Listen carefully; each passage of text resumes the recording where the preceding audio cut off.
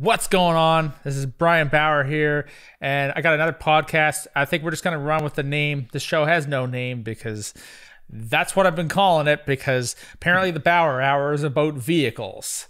Well, my thing is not about vehicles or the podcast. See, this is my crappy talking, and this is why it doesn't have a name or proper branding or anything. But we have a YouTube channel that's got over 1,000 subs now, so hey, that's awesome. So thanks everybody for doing that. But today we have somebody who has been a little part of that at one point. His name is Sam Astaroth, and I probably said it all wrong again. No, that was all good. You're also the first Canadian I've had on here. I've done 4 other interviews like this, and you're the first guy who's actually from Canada. Oh, that's cool. Yeah. That's good to know. It started off as 2 British guys and then an American guy. Yeah. And now, and the other fun thing about this is, or I might be wrong, you're the first guy who doesn't actually play guitar? Do you play guitar? No, I don't play any instruments. Oh, okay. Because everybody on here has been a guitar player, and I specifically wanted to talk to you because A, I know you're social, and 2, you're not a guitar player. I like the little bit of diversity in things, different perspectives on stuff. So what's happening these days, man? How you doing? Pretty good. We're just writing away our full-length album at the moment with Astaroth Incarnate, and just trying to. We ran out of merch and our last batch of merch, so we're trying to see what we can do in the meantime, because it helps keep things funding and going, and just try to finish our full-length album. So in between kind of planning and a bit of rebranding, refining, I guess, because it's a full-length album that about 60-minute long, so it taken us quite a while to kind of get things sorted and mostly there, but it'll probably take another couple of months, 2-3 months, to really get things to see how it's going to turn out. And for now, the lockdown stuff kind of makes it hard to get together. So we do one little activity at a time instead of kind of getting together and being able to do a lot. So just, doing a bit at a time. Yeah, it's these days it's a lot different. Your guys' situation where you guys live is a lot different than the situation where I live in that regard too and stuff. But yeah, I actually was just listening to a bunch of the band today as well. I've listened to them a while back, and yeah, man, you guys have some good stuff. It almost sounds like it's inspired by Cradle of Filth a little bit here and there. I don't know, what are the inspirations for Astaroth Incarnate? Well, there's they could be one of the inspirations, but we're generally an extreme metal band, so any extreme metal band you could relate us to, which is a lot of different subgenres. But yeah, Cradle of Filth is an extreme metal band. There's Untitled Chapter, which is an extreme metal band. There's also what did you say? What's the Untitled Chapter? They're from Britain. Yep. But we don't try to sound like them, but those are extreme metal bands. I'm pretty sure I was calling them anal. And not yeah, not crack. I'm so terrible at pronouncing things. No, yeah, they're from Britain, but the main guy lives in the States. And they're for our personal influences, we get sometimes referred to Demu and stuff, but I think a few of our favorite artists are King Diamond or Celtic Frost and Triptychon from Tom G. Warrior. I know who you mean. We like stuff like that, and then there's Emperor and Behemoths and stuff like that are also Rotting Christ, and sometimes even Enslaved. A lot of different varieties in the extreme metal realm. It shifts, especially in the new album. We tried out a lot of different things. It's we started calling it avant extreme metal because it almost started going in an avant-garde direction. I like that kind of music, actually. Yeah, it's it's not funky. It's not like Mr. Bungle or whatever. I love Mr. Bungle. I do too. They're freaking awesome. I look like Red Demon, so I'm not gonna make jokes. So no, but keeping all seriousness, not every song is death metal or black metal or anything. There's other, ambient, atmospheric, and gothic doom and different things too. So some diversity, and I believe I saw you said somewhere, maybe on Facebook or something, that you actually did a song all clean vocals. Not all clean vocals. It has a lot of clean vocals. So okay. There's clean vocals in 7 of the 9 songs, but not all of them are traditional cleans. Okay. So yeah, if you listen to stuff like Mayhem or something, you'll see Attila doing like weird stuff that are clean vocals, and there's technique involved, but it's not normal. Like I'm not singing opera or classic heavy metal or anything. Yeah. Speaking of avant-garde metal, I have one suggestion for you if you haven't checked them out. And maybe you have Arcturus. They're like Oh yeah, when I hear avant-garde metal, I'm like Arcturus. And I will yeah, say they're like really cool. their first album is just straight up like black metal, and it's pretty cool. Like Fall of Man. I can't pronounce all the names. They're in Norwegian, and I'm not gonna go there. But Fall of Man, Yeah, they're is very killer. creative. And then there was La Masquerade. Now that was I still think that's probably their best record, La Masquerade Infernal. That had it was still Garm on vocals, but they had a little bit of Vortex here and there. Like you hear the Chaos Path and Alone. Now there's two versions of Alone. There's the one with Garm on the record, and there's the live one with Vortex, and they're both like really cool. I'm such a huge fan of Vortex's voice. I was so sad when he left Demo. I was like, I don't know how I feel about this He band was right the now. best. He was one of the best guys in Demu. I think a lot of what Demu did. I think it was Galder. Or I don't know if it's Galder or Jalder or however they say it. It's Galder and what's his name? Silenos. Yes, Like and those are the lyricists and the guitarists, but they don't do vocals. No. So basically, they just hired orchestra and choir, and well, they always have orchestra. They hired choir to replace I See the Vortex when he left. that says a lot. Let's hire an orchestra to replace one guy who was like amazing at it. But yeah, there was, oh man, I'm losing my train of thought there, but I'm pretty sure what they did is that they would write parts that were like easy for him to sing over to really bring out his voice. And man, they did so good, like Serpentine Offering. There's a whole bunch of examples in there where it's just like, man, when he comes in, it's just like, oh, it's like the best part of the songs. That's not to take away from Shagrath. Because no, that's like the black metal stuff. That's kind of like, some of the new songs we wrote, we have like dark ambient parts that are not even metal or whatever. That's cool. If you want to that's great. Start being nitpicky, and then there's like atmospheric metal stuff that are like Agalok and just chill. So and then there's like brutal death metal and all that stuff. But I just got bored of just growling and stuff all the time. You know what that is? It's when you start getting older, it's like the enemy of metal. After a while, you start getting more into other things, like maybe more upbeat stuff and stuff. And then you start combining it together if you know what you're doing. I have a song coming up too. Like I have a new single coming up, and it's got the elements of metal. I don't know what people are going to think about it because it's almost like upbeat music. And I don't even care. I think I wrote like the shortest song like in the album. Every song is in drop D. Yeah. And then the shortest song is like 4 minutes randomly. Our longest songs are like 7 to 11 minutes long usually. And then that's like 4 minutes and then just in drop A, and it's really heavy but really upbeat and exciting. And there's singing and awkward shit in it.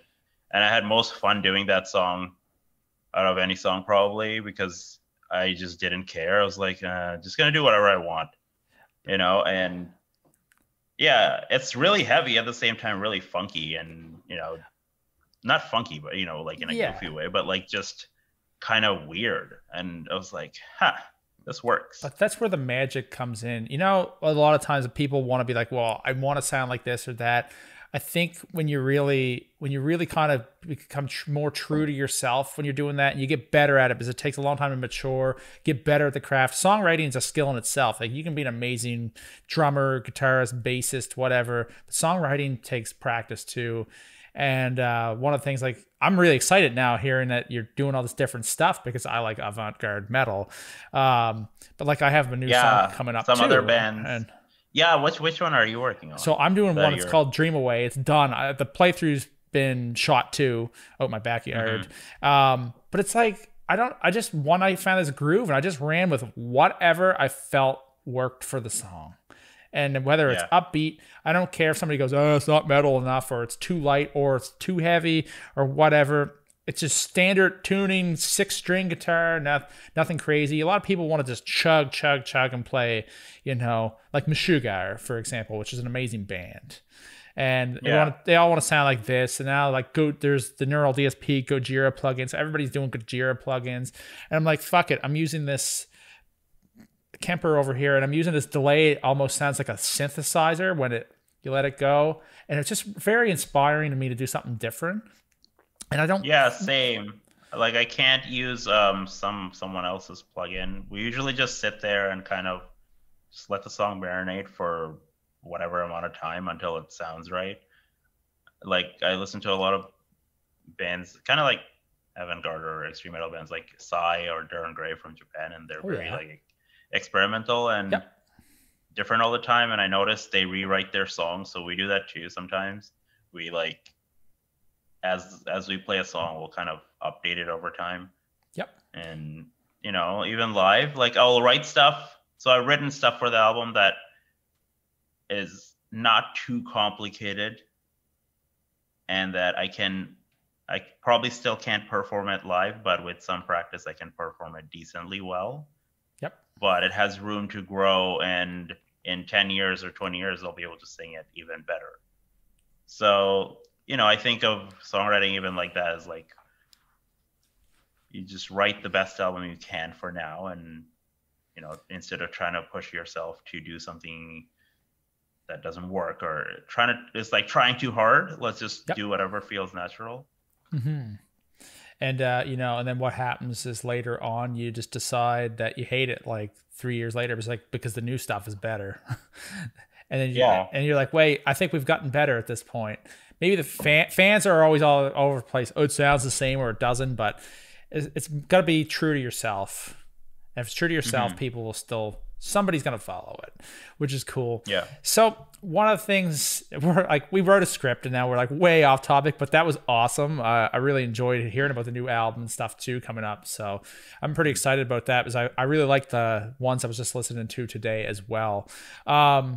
So I should explain how we met. It's not like I just randomly messaged you on the internet. Yeah. It's just like, hey, I saw you online. Do you want to be friends? It's like, yes, I want to be friends. That's cool. How was your day? Cool. I ate beef today. No, it's not. Yeah, no, it was cool. You reached out to me. Well, you and Daryl both reached out to me and about like, hey, we're doing this X Japan cover. I was like, oh, I love X Japan. Sure, let's try it out. Yeah. So to explain that, I'll tell you how that cover came to be. It was over a year ago. It took a long time to come out, and I'm hoping to do another one.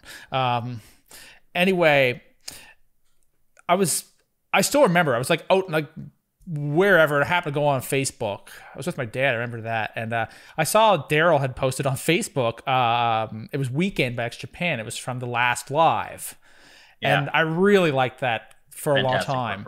And it's absolutely killer. It's better than the record as far as I'm concerned. Even though we used the record one to do the cover. At least from the greatest hits one is one I referenced. And so it's like, okay. It's like, oh, man, this is awesome. He goes, yeah, we should do a cover if you want to. I'm like, sure. He's like, wanted to do the solos of the whole song. I'm like, I'll screw with the whole song. And I'm pretty sure that was like January or February. So I start learning it and okay, whatever. It took a little bit to learn. It had a lot going on. I was just messing with the guitars and stuff. Well, got to the point where I knew it. And I said, well, we need some drums.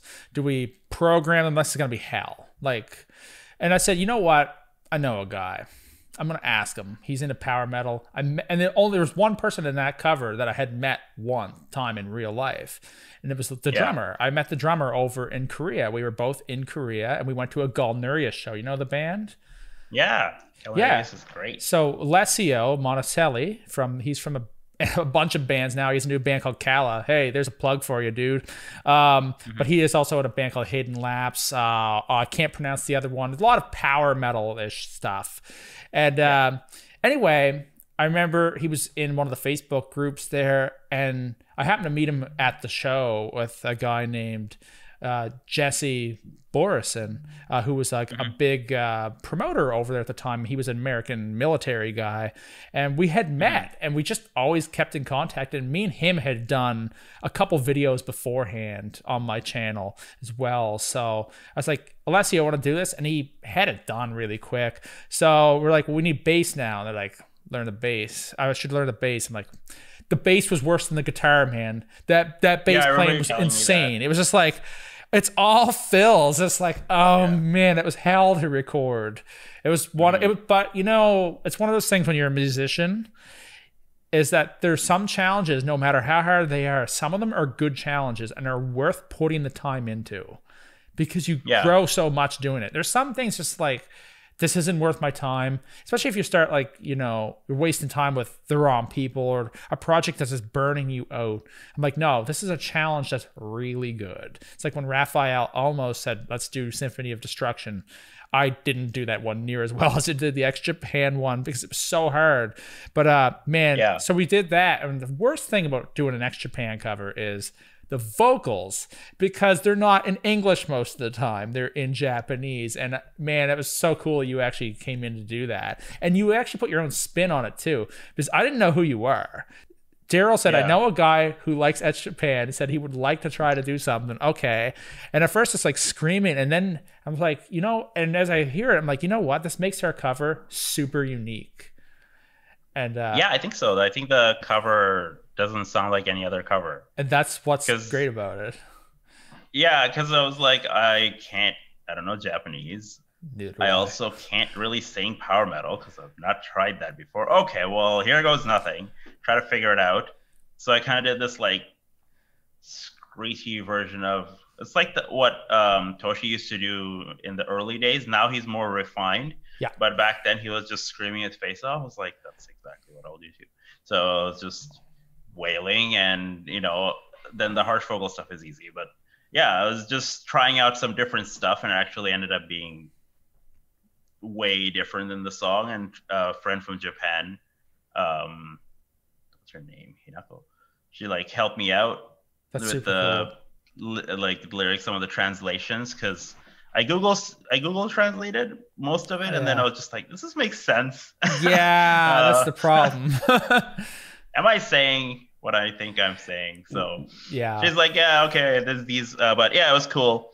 Oh, it was Hiromi. Yeah, she helped me out, and then found like a translation too. There's like a hiragana to English translation, so I was just like matching. I was like, okay, I'm not speaking random stuff that means other things. It's not like that's what I was most worried about. It's like, have you ever seen the South Park episode called Fun with Weapons, where it's like there's like an anime happening, and Trey Parker, or one of them, they recorded a song called Let's Fighting Love, but they do like the mix between Japanese and English, but when the English comes up, it makes no sense. So I can understand why, because you know, it'd be offensive to the band too if, let's say, like Toshi or one of them came across that and they're like, who are these foreign guys singing? What are they singing random words for? Like, you don't know. I don't know if they know English. Like, I don't know these guys. I don't know much about them. And that was the hardest part, is when I was translating, I would have to make sense of the sentence, whether it was in English or in Japanese. Like there are some lines I sang in Japanese because I was like, this line is too hard to translate. That's cool though. You actually leave it there. Yeah, just like, I'll just memorize these few lines, no problem. But most of it I translated to English, and I just had to rewrite the sentence to still match the syllables, because otherwise the song sounds like a different song and I can't keep the rhythm. So I was like, actually had to spend a lot of time like rewriting every line to make sure that it sounds similar, so that even if it's different voices, like the patterns and everything are same, like Toshi's. So it sounds like the same song. You know, this is the first time I've ever actually heard you say like all the work that went into that. It wasn't just like, here's a translation. I don't know what to do, I'll just do that. So you put some serious effort in that. That's a skill in itself, man. It takes some dedication to get around to, especially doing something in a different language. It's always tough. And then the worst part is like what you were saying about how things just don't translate, or you lose the rhythm, because it's a lot of it's the words and how they pronounce it. and whatnot. But then there's a thing with, like, at least with Japanese and Korean, the grammar is the same, but the translation over to English doesn't always make sense. And so certain things make sense more in the culture than it does here. So so I'll give one quick example, language lessons with me, because I lived in Korea for about a year. And so I know a little bit of that language. I'm very rusty and I can't converse, but I could get by at least a bit, mostly in English. But and if you ever want to go, you can get by in English. But at least in the cities, you should be fine. But as an example, if you want water, I would say in English, like, could I have water, please? Sure. Thank you. There, the words are in Korean, it's mul juseyo. Mul is water. Juseyo is more like the formality, if I remember correctly, like the yo and stuff. It's like, it's a politeness. It's like the please. Like, kind of like, I don't know you, so like mul juseyo. The actual direct translation is water, give me. Yeah. And so, like, that doesn't it doesn't work. So it's certain languages work well together and others just don't. Like, culturally and just grammatically, it's very difficult to do that. It's difficult, Same with like my language, so I'm Bengali. So actually Bengali is also different than like English grammar. So I'm used to, like, that's why some of the Japanese stuff wasn't hard to say, because it has an accent, but I can pronounce the accent. Okay, yeah, that's a big thing too. Like, yeah, because I think one of the lines is like "sakimi darete" something something, and then with an English accent, it's like "sakimi darete." Like, it would just sound retarded. You know? Just, oh man, well, you did better than I could ever do in every aspect of it. So yeah, you just take out the cut sounds and you kind of hold back. So "sakimi darete." So I have the accent from being able to speak my language. Yeah. So it's a similar accent, actually. Yes. And that's a thing that I didn't realize too, that you had that kind of skill. Like, I don't know if you know another language or not. Like, I only speak English for the most part. Like, I'm terrible at French. And people think Canadians all speak French. I sure don't. Do you speak French? I don't speak any French. No, I moved here at 15 and I took like a French class because I had to, and then I was like, bonjour. Oh man, I've always butchered it. Me in Quebec is hilarious. But anyway, it's back to the X Japan cover. So we did that, and of course I did the video editing. Daryl did the mixing for that. Daryl did awesome. Also, Dario's piano playing was friggin' killer. I don't really know Dario that well, but man, that was so good. He makes these like things like putting. Yeah, he actually he doesn't have a musician page. It's just whatever bands he's in. He actually makes golf putters, as was apparently an untapped market there. Yeah, they look really good too. And they look like they're good quality, and they look, kind of unique because it's handmade. Yeah, he posted one today. It's like, man, that looked really good. Also, I don't play golf, and I'm not good at golf. I've played a little bit, not too much, but I wouldn't mind owning one of those. I mean, golf. just because they're so like good. They're probably expensive and stuff, but hey, cool. I think he's hand making them, and it's probably like a side gig too. So I think there's from what I can tell, there's quite a bit of passion into that project. So yeah, we got that whole thing together. Now let me just go on. This might be an interesting topic as well, but one of the things that after we put all the effort into something. And what happens when I'm on YouTube, especially being a smaller YouTuber and trying, get your subs, trying to get people to watch stuff. And I've put a lot of effort into a lot of videos, and sometimes they get serious traction. Other times, like 10 people want to watch it and nobody cares that day for various reasons. There's a lot. And I remember thinking like, man, we just did this thing. And I'm like, turned out awesome. I thought like the video edit looked cool. Everybody did a good job. I was able to make something cool. And I like video editing. Like, some people hate it, but I actually like it. And that's why I said, Daryl, how about you do the mix? It was more his skill. And I said, I'll do the video edit. Did that, and it turned out really good. Okay. Yeah. Now, and I don't want to toot my own horn too much, so I put it online, and it's like, okay, well, it had about 300 views. But one of the things you did different is you said, "Oh, I'll contact my friends at Brave Words," and I want to say you said Metal Injection. Brave Words actually posted it. Yeah, they tweeted it. And it's like, oh, that's pretty cool. Like, and of course, they mostly focused on you because they know you, and it makes sense because nobody knows who Brian Bauer is and whatnot. Well, it's like on your channel, and like, it's okay. so I was like, it doesn't matter. Okay, everyone's name is there. I don't control what media says. It's like, hey man, the cool thing with the 2 friends from Canada, 2 friends from Italy. You're the guy who they know though, so it makes sense. Yeah. I mean, like, I don't know. People don't. I'm not really. Well, I say I'm not much of an influence on people, but every so often something interesting comes up and it happens where somebody says, "Hey, you did this. This is cool, and I did this because of you." Either way, put it out, and we did a premiere. Got some people, about 20 some people, showed up for the premiere, which is really cool. And for anybody who doesn't know, the YouTube premieres, everybody watches it all at the same time for the first playthrough, and then it's a regular video. Yeah. So that's cool. Then, shared around, and I share the hell out of it, and you're sharing it, and everybody shared it. So it's getting some views, and then it kind of just like stagnate. I'm thinking like, man, every time I do something, why does it always lose traction? It's these algorithms and stuff. You're fighting these algorithms with YouTube and Facebook and Twitter. Everything has an algorithm, and it's all optimized, and there's nothing organic. It used to be organic and chronological, and it's not anymore. And it's like, okay, here's where it gets interesting. It's like almost like that Miracle on I'm screwing up movie names. I was about to say Miracle on Elm Street, but that's actually a nightmare. Oh, Nightmare. Yeah. I think I'm thinking Miracle on 24th Street, but I probably got that screwed up too. I've never watched it. It could be a sad movie. It could be terrible. I don't know. I don't know. I don't watch many movies. I suck with pop culture sometimes. Anyway, I remember the next morning, like, it has 600 views.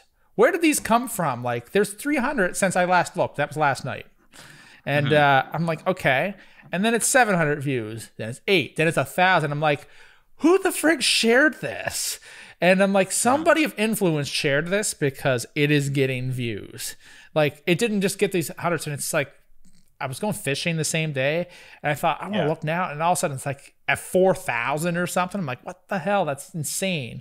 I don't remember the exact number, but it was like up, like climbing. And this comment sections turned to Japanese. And I don't have to, so I'm in Google Translate again. I'm just like, well, this is super cool because the subs are going up. And I always say if we do another one, it's going on Daryl's channel because I want him to have the boost. Anyway, I was like, okay. I started searching around, and I found an ex-Japan fan Twitter with 20,000 followers, and that's where they shared it for the Brave Words link. They found it, and people liked it. So. And it was mostly positive. There was a lot of people sharing it on Twitter and Facebook, and actually talking well about it. And I was just like, I was like so nervous because it was not fully in Japanese. It was like a translation, so I was like, oh god, it's in translation. It's a heavy metal song. I did like a bunch of black and death metal on top of it. Crap. And then, whatever. Well, somebody actually, most people are like, hey, this is cool. I think the majority of the people are like, hey, these foreign guys, because I found when I was in Korea, there's a common thing that everybody not there, they just refer to as foreigners. I don't think that's such a common thing here to be like, oh yeah, well, you're a foreigner. I don't think you say that here in Canada. It's not really a Canadian thing to say, but in those countries, we're so multicultural, so it's like So, and when you're kind of there in those other places, you kind of just get used to being like, well, I'm the foreigner now, and you just get used to it. It's just more of a cultural thing. But Canadians, we don't go around referring to anybody who doesn't look Canadian as a foreigner. You're a Canadian. Yeah. And if somebody says, well, no, I'm from Italy, I'm from Mexico, whatever, then that's where you're from. But everybody here is just Canadian. You know what I'm saying? Yeah, exactly. Yeah. It's like, especially like Europe and like Toronto and stuff, that's incredibly diverse. So all the comments were mostly pretty good, but every so often somebody like, I don't like the vocals. And it's like one of them that made me laugh last time I got one. It was only like a week or two ago. They said, I don't think he knew great English. And he said, kick your vocalist. I said, no, I don't want to hurt him. I didn't want to do that. And he goes, I just trolled him back, and he's like, it's just different. He goes, you guys did a good job and stuff. And I'm like, I'm trolling. If you're going to say something like that, kick your vocalist. I was like, I'm like, I know it's a bit of an English thing, but I'm like, I can't help it. I gotta say something. It's like, you're like, nah, kick him out. No, I'm just gonna kick him out. No, but he said kick. So I think he understood the troll and he came back. It was something more positive, which I respect. I'm like, that's cool. Thanks, dude. But for the most part, it's always. Yeah, most of it was like all great. Sometimes like the shitty comments are just funny to read. Oh man, because it's just people trolling and you can tell, and it's like, okay, well, thanks for the laughs. I got told one day I had a bass video. I was playing bass, and the guy's like, he goes, "You got a good tone there, but even with a pick, you can't play bass." I'm like, then make your own video, bud. And and by the way, most of the time when people, I won't say the guy said kick your vocals is bad, because I have to say he came around. I'm like, okay, I like you, but if you're gonna like shit on us or something, do it in a funny way. Like, make me laugh. If you're gonna do it, I think that's a terrible thing I shouldn't be promoting, because it's not cool, because people on the internet say terrible things. But you know, I find most time when you start getting a hate comment, you've probably experienced this with your bands. You get a hate comment on the internet, and go look at their profile or their channel, and guess what? There'll be nothing there, or it'll be like some avatar that's not them, a name that's not theirs, or you get He-Man. I got guys like, you don't play thrash on a 7-string, blah, blah, blah. I'm like, have you ever heard of the band Persuader? They did it. They were like power/thrash crossover. Yeah, like it's, I don't know. The 7 strings. Most people are just, that are commenting are just trolling. So I kind of got over that. I'm just thanks for the comment. Yeah. Because no matter what kind of comment it is, it boosts activity on your video. So I'm like, hey, you want to keep going, man. I don't mind. I've literally won out from that once. People got in an argument in the comment section that wasn't even towards me. They just got in an argument, and I'm not going to say where and why, because I don't want to expose anybody in the wrong light. Because I don't even know who the other guy was, but it had something to do with camper profiles, and I was demoing some other guys' profiles, and this one guy's like, well, they're blah, blah, blah, blah, blah. And then somebody's like, who are you? And I'm not going to get into it too much, because I still want to show respect to the guy. I don't even know him. And then I get a message from the guy who originally made them. We have a little bit of a working relationship at that point, all because you guys got in a fight because I did something. I won out because I got views. You told Facebook that, hey, there's activity here. People might need to see this in their feeds. Just people don't realize that you hating is still good publicity. Like, kind of, yeah, pretty much. It's like, not always, thanks but usually for the attention. I still find most people are pretty cool, but as you start getting like, you know, bigger things, something takes off a little bit more, you're gonna get a dislike button. You're gonna get a maybe not a hate comment, but you're gonna get some criticism after a while. You probably experienced this with the band. We were this was one of our videos. It kept getting we were promoting it when we released it. Yep. And it kept getting views with no dislikes. I was like, come on, somebody's gotta hate it. And then we were like betting, like, what's the highest number we can reach without getting a dislike? How far did you get? We got like, I think 18,000 before a dislike, and then there was some dislikes. I was like, okay, cool. I think all right. I think I've got one where like I have like, I don't remember, the dislikes are like 17, but the likes are like 400 out of 28,000 views or something. Like, yeah, that's pretty good. You got to expect that somebody's not going to like it. But usually it's like usually the dislikes are not like, it's not like a troll video where people are just going to intentionally dislike. But generally, like, the numbers are up. It's just when there's none, you're just like, something's wrong here. Someone dislike it, please. Yeah, I think you're required to have so much hate to be successful. Maybe not hate, but we'll call it dislike. Hate is a strong word, and I think a lot of people say they hate something, and never just disagree, please. It's actually okay to disagree, because then it creates some conversations. No, there has to be some differences. Not every band can be the same, and they shouldn't be the same. Not every project or YouTuber or podcaster or painter or whatever you are, they should not all be the same. Now, one Yeah. thing that I have to say, when we did the X Japan cover, you were the first guy that I can remember telling me in a long, long time. Said, "Oh, I know how to get this video out here. Our last one got like this many views and blah blah blah."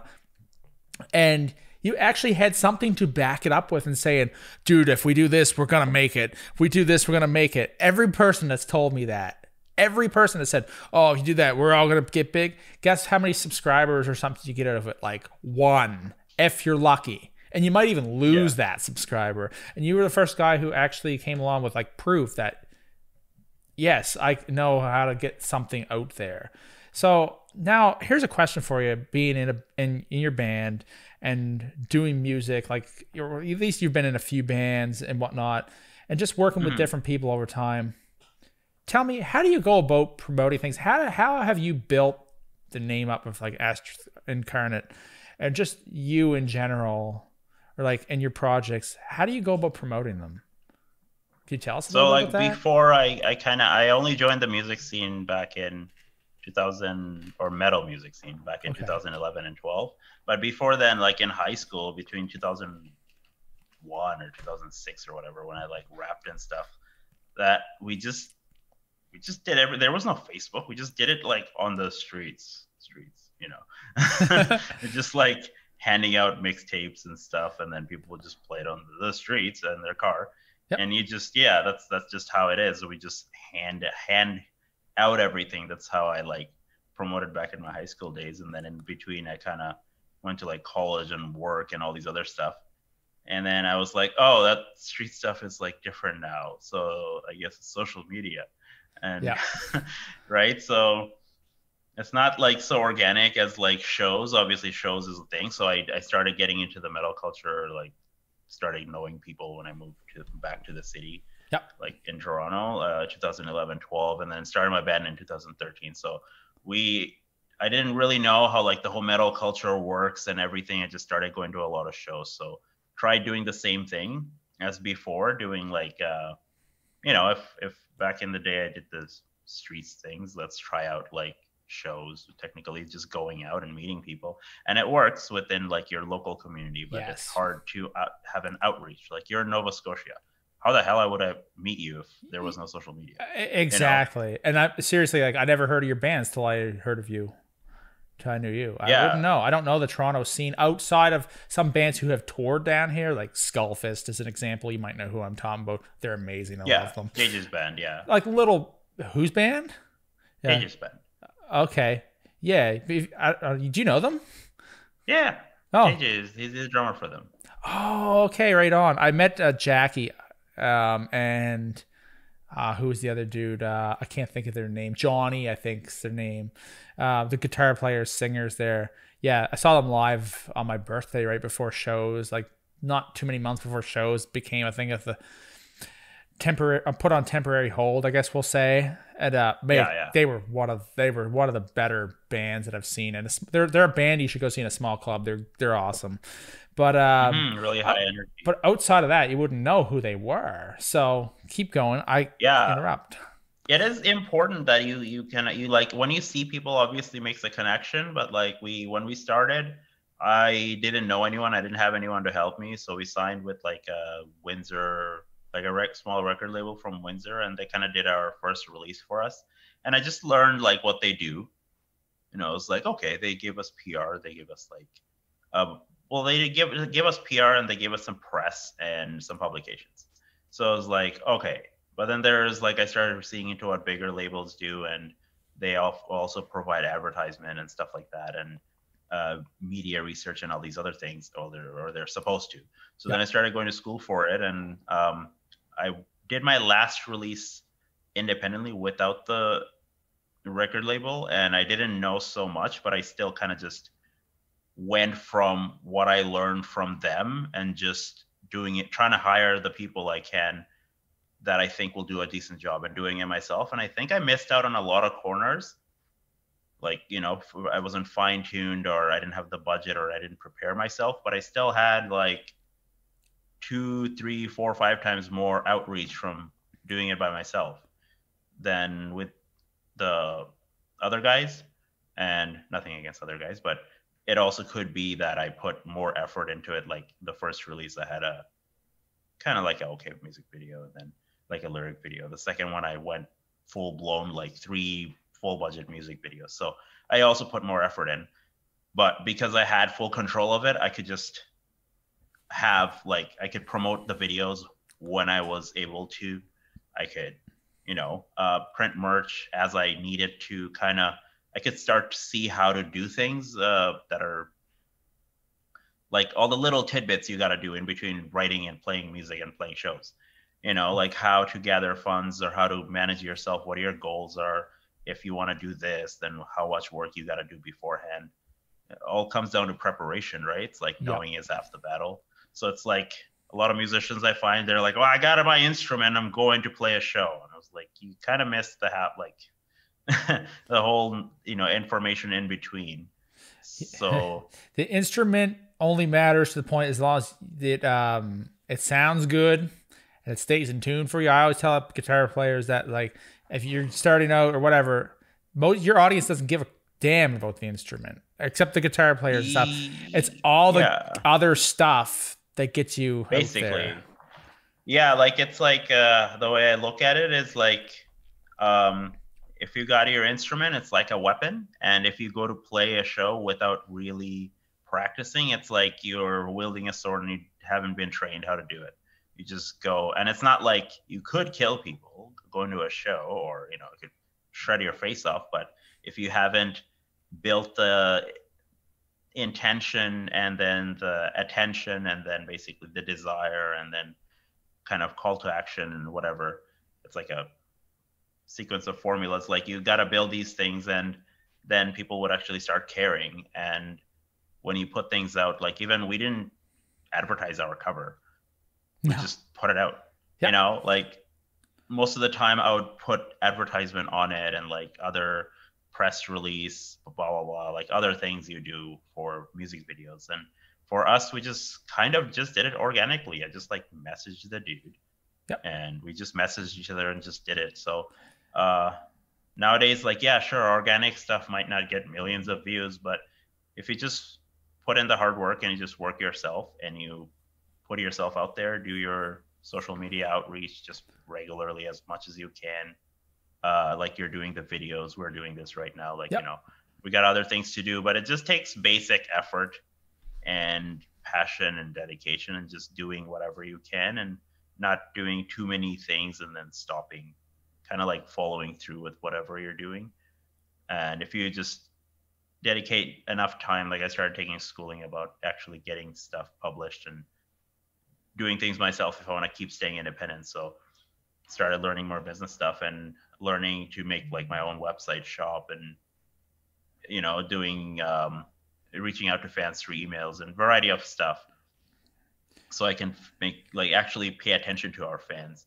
Yep. So then that builds like trust. So when you do something, people already you already have existing fans and you actually care about them. It's not like, well, here I am just noodling on my guitar. Yeah.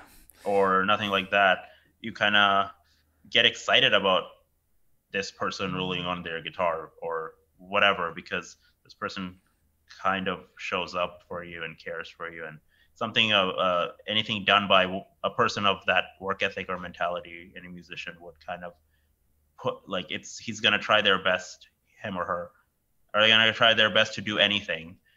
And then I think that grows natural attention. And obviously you can throw in whatever advertisement you want after that. But if that innate thing isn't there, like when you're songwriting, if you're not really feeling it, you're not really like trying, then the song doesn't really have that soul kind of. So I think like if you just have that personality and you put it out in a really like honest and consistent way, then people connect to that and just work off of that, because it feels like a ricochet effect if you do that, because you're so giving. And when you're giving, things just seem to come back to you. Yeah. And you got to do it again. Otherwise, like it'll stop. Yeah. Because, it's like, what do you call it? Like you're playing ping pong, Yeah. You gotta start it, but you gotta keep it going. You gotta keep it. You gotta hit it back every time it comes at you. Yeah, or exactly. people, you're just gonna start losing. And you know, I feel like That's all it a lot. is. I feel like I learned a lot just listening to you just talk there, because you said, you know, just putting something out there, noodling on your guitar and stuff and blah blah blah. You know, that guy was me. That guy somewhat is me, trying to promote things on the internet. Now, some of my content's not like this. Some of it's very much more niched to a guitar player. This podcast today is really more for anybody into music so. and just hanging out and whatnot. So it's one of those things, I think people saw that happen at one point. There was like more of an organic reach on Facebook and stuff, like, oh, well, one of the mistakes I think a lot of musicians make too, especially starting off out, and I think it's been a long time, way before social media, but you see all these like great bands like Dream Theater stuff, and I think the main thing that you have to be good at is good at your instrument.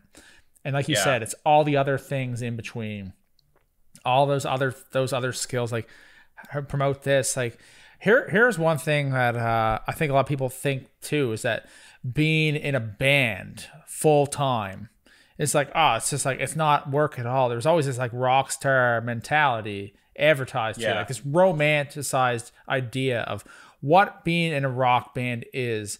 But what they failed to forget is it's not all partying, hanging out, girls, whatever you're into, booze, drugs. I mean, there might be all that aspects. Like you play a show, it's like always like, there's always that aspect of like, man, this felt really good and stuff. But what people don't realize, I think, is that if you can't handle a basic part-time job working with people, or like if you're going from like job to job to job to job all the time, it's never working with your bosses, never working with those people, how are you going to make it in a band? Basically, because most of the same skills apply. It's the same thing. It's like, it's not just fun and games. When you want to take it seriously or be taken seriously, you got to put the, like, you know, foot down and just, you can party on a tour, sure. You can party when the tour's over, but if you're partying like on the first day of the tour and you crash your car the next day, then there's no tour. So, no, exactly. It's like, it's like you can party like on Friday night when you don't have to work Saturday morning, but you probably shouldn't party Sunday night when you got to start work for the week. You're going to show up, you know, like not ready, and then people are going to see that and they'll still be like, well, we could forgive one time, and then you do it again and they'll be like, well, this person's kind of like slipping. Yeah. People can see that. Like, fans are not stupid. No. You know, like they're just like us. Just they may play music or may not play music. Like, we're fans of each other or other musicians, you know. Exactly. We're not dumb. We're just like, we can see when people are not trying or when they're slipping and not caring. Yep. And I think that is usually people's biggest downfall, is not really caring.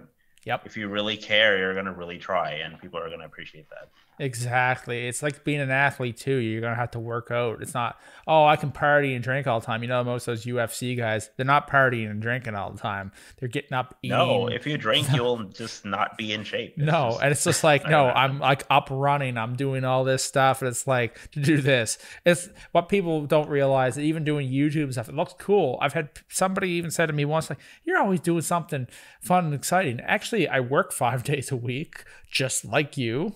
I have a whole other life of things to do, and I'm here grinding away at this thing like it's a part-time or job all the time. That's how I treat it, like a part-time job. And it's not always playing guitar. It's not always writing music. In fact, I wish I was writing and playing more than I do.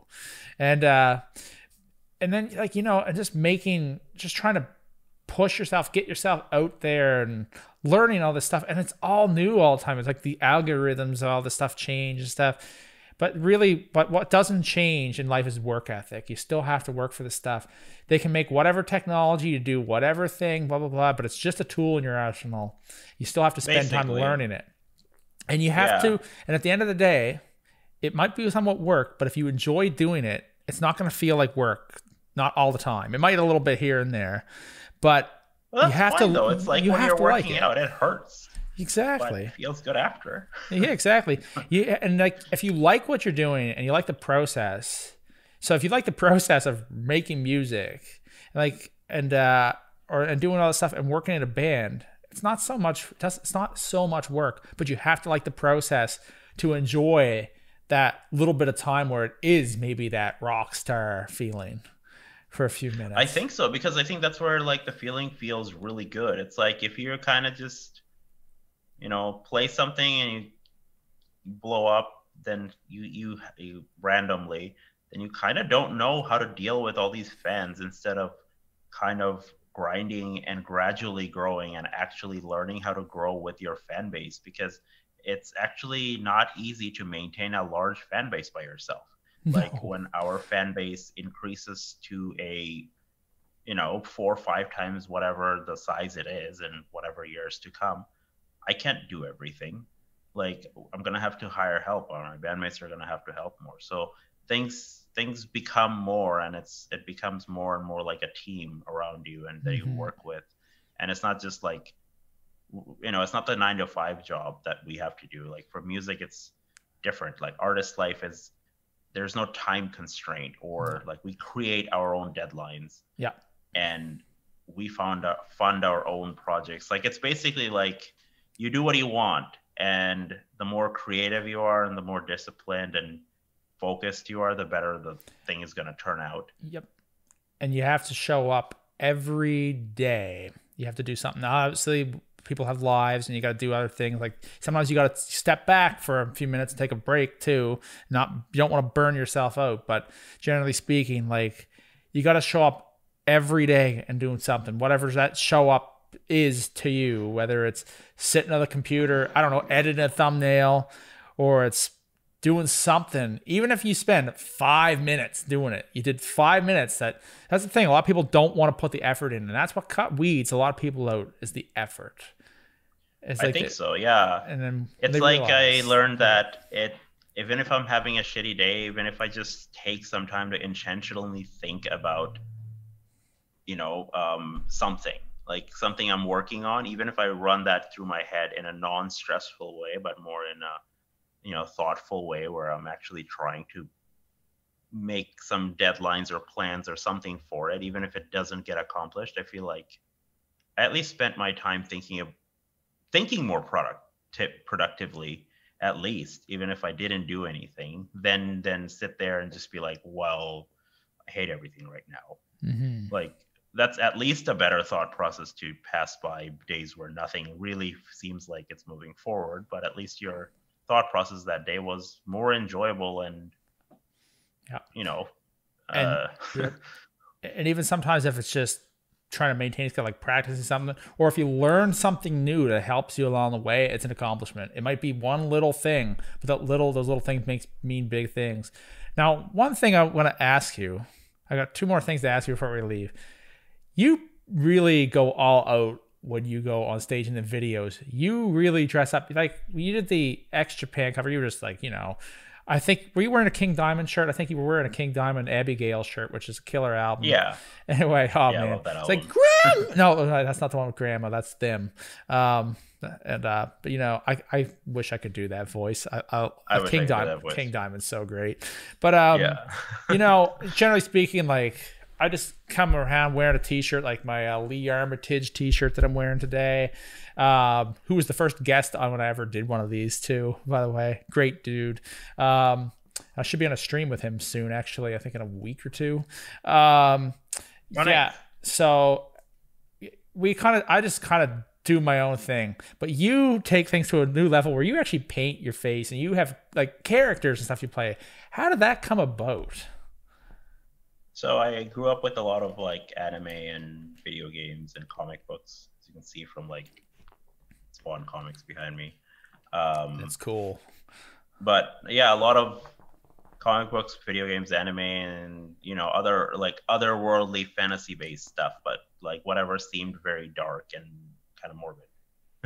Not all the time, but that stuff was my oldest like favorite, like anime like Hellsing, which is like really bloody, and then comics like Spawn, which is hellish themed, and Armageddon and all that stuff. Even video games like Soul Calibur, where there's like Astaroth or like other darker themed games. And when I like was switching to metal, it made sense. Like that's how I went into it. Is I like used to really be into these other like subcultures and cosplay and stuff. And I used to make my own own characters. I didn't like cosplaying existing characters, so I just draw like whoever I wanted to cosplay or whatever I wanted to cosplay. I find the outfits, customize it, and I just cosplay as that character. And I just make character and become characters, and yeah, just for fun, and go to anime or Comic Con like conventions and stuff. And then when I was starting to do metal, I was like, most metal bands look really boring. It's just like I'm Black not so t-shirt, interested jeans. well, not even like black t-shirt jeans. I don't know, That's man. me. Like it just seems like they didn't care. Like when they're playing live, at least. When you're home, it's different. If you're playing live and you're like on a big stage, especially, and I feel like you didn't just walk up, then I'm just like, can you at least try, man? There's a lot of people who came to see you. Can you like, when you go to an office, like I know we're not in a corporate job, but you gotta tie your hair, look decent. So it's metal. So like try to look a bit metal. I go to an office and just dress the same way, but it depends on the job you're doing. Yeah, it depends on what the job you're doing. So if you're gonna be a metalhead and show up to play in front of a bunch of people that are metalheads, like you gotta give them that, right? And, exactly. Yeah, like I wanted to do it in my own way, so I just started coming up with a character that, like, I have the name Astaroth since I was like 16, 17. I had an association with the name in video games and then other like personal life, demonology, studying, and like this, that. So yeah, the band name just ended up being that. And then there was other bands like Astaroth, because it's a popular demon. And we just made it Astaroth Incarnate because no other band had that. And then I started working on I had a friend who's a 3D animator. So I actually took Spawn's face design and I slapped it on a 3D model in Mudbox, and I started like kind of making my own design around it because I was really inspired by, like, I was reading up into demonology. At first I had like no hair, so I had like these dragon wings over my head and then kind of like an altered version of Spawn's makeup or his face or whatever. Kind of had my thing, so I had the A for Astaroth and then these wings, and then eventually that was a lot. Started growing up my hair, and then I like refined the image to what it is now, where the A is still there and then the rest is kind of like my own design. And I looked at all the other corpse paint out there. I didn't want to copy anyone, so it's like, oh, there's so many corpse paint, but luckily most of them just like slap it on their face and don't really have a design. So I was like, all right, this is not so bad. Only so many people, like Abbath has his like raven design, and King Diamond has his own too. Which, only a few. Fun fact, though, they actually made him change it because they thought he was copying Gene Simmons.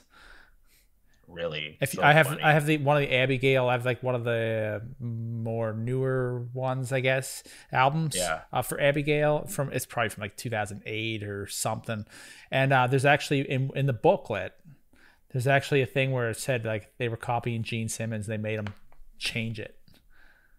And King Diamond was like nothing like Kiss. I know. I was like, what the hell? I know that Gene Simmons wore corpse paint before King Diamond, but I don't think their inspirations are the same. Like, yes, Gene Simmons is also called Demon, and I like him, and I have no beef with Kiss. No, me either. I don't I'm more inspired by King Diamond, his like theatrics and like the way, like the first time I think I went on stage and sang for a friend's band. We were singing an Amon Amarth cover. Nice. I didn't know what to do, so I just had the artist throw on King Diamond face paint. Nice. This is before I had my band. But yeah, like when I was developing my own, I felt better being in character because it felt more imposing and I was able to provide this experience. So yeah, like everything in the band is kind of story-based, otherworldly, dark, ominous, so to create like an universe, like the guys also over time got more and more into it. So we're trying to like, that's what I mean by refining our image to kind of, if we're going to be referred to other like avant-garde or really experimental extreme metal bands, they're like, we want to compete with them, in our own way, not compete with them as in copy them, but like compete as then be as creative as possible, not just in our music, but also in our visuals and presentations, so that when you come to see us live or when you see anything about us, it's like a completely unique package and experience and everything about it is just like you enter a world and then you stay in that world as long as you're there. And we were trying to make sure that that is apparent in our social medias, emails, lives, like anything we do. It's a lot of work to like take us, like, you know, you have to take yourself seriously, and I can't just do things. I have to kind of pre-think these things. So we're trying to learn how to be like us. With the shows, it was easy because we were always getting in character, and you know, had the support. And sometimes I'd perform with other people as like our blood witch sacrifice, this, that. I just grab someone from the crowd. Like things were very easy to kind of, it was, you know what I mean, organic. Yeah, exactly. human interaction. And we just did that. And then during COVID, I was like, this is all gone, and I'm, you know, what am I gonna get into costume here for? You know, Yeah. It's a bit demoralizing, I guess, with the situation, but still trying, you know, like doing what we can. And if I'm doing it, maybe let's like plan a photo shoot. Let's do something. Let's do a seance or whatever. Like we're thinking, you know, I'm asking for help from the bandmates too, and we're sitting down and just like connecting more online. It's a little different, you know, because usually you just meet up. But we've had to learn that with the characters and stuff. Like, so we're also building like their characters. They don't get so into it like me, but to kind of go with it so everyone feels like a band, basically. We're not just like 5 dudes or something, or 4 dudes and a girl or something. It's more like, this is like the world we've created. Everything about it is very refined and well thought out, and you pay attention if you want, and if you don't, then no problem. Exactly. Man, that was actually super interesting. My last question for you, and I'll kind of come into it like this. When I first found we were talking about the X Japan cover earlier. I learned of X Japan from the documentary called Global Metal. It was by Sam Dunn. It's Sam Dunn, right? Yeah, it's Sam Dunn, a guy who did Metal, A Headbanger's Journey. Really liked that too. Funny enough, that's how I found out about the band, and that's how I listened to them. I happened to meet Daryl through a different place, Discord, and it turned out he was on Shredders of Metal, and which is a banger TV thing, which is what Sam made later on, and then it's kind of neat how that came around, and now you're a host on Banger TV. How did that come about? Oh, that was actually really fun. I've been messaging them back and forth like 3-4 years. Yeah. Because there's possible, sometimes they invite guests to come on that specialize in, you know, for Lockhorns debates and stuff.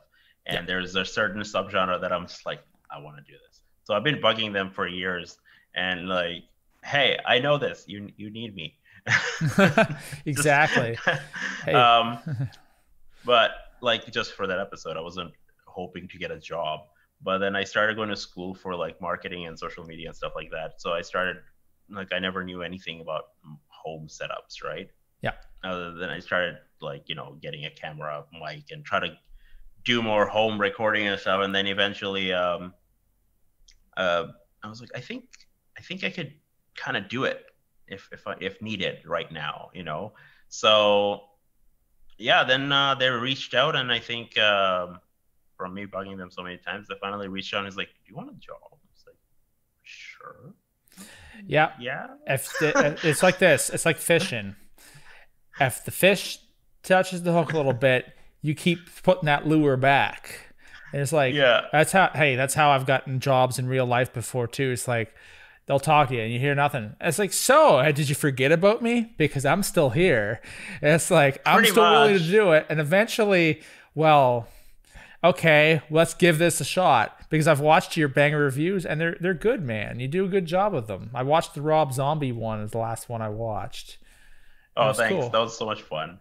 Yeah, man. I've been having more fun with them. Like when I was doing my first one, I'm glad you liked them. I was really nervous. I was like, okay, this is new. So I just did mine, and actually turned out pretty positive. And I was like, okay. And then I did my second one, or second and third one was more like a group video. Yeah. So that was fun.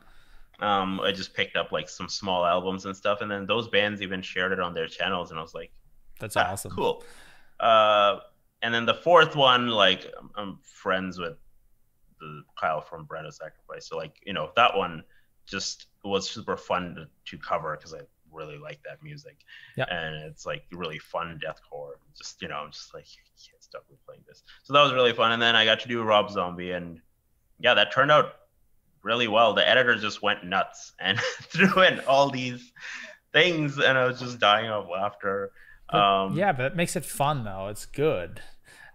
I think so. I think it's entertainment, right? Like Rob Zombie would want to have fun watching his own review. You don't want to watch something where somebody's here like this. Hi guys, today we're gonna be reviewing Rob Zombie. You might remember him from such songs as Dragula and Super Beast. Hold up, guys. I have to pee. I'll be right back.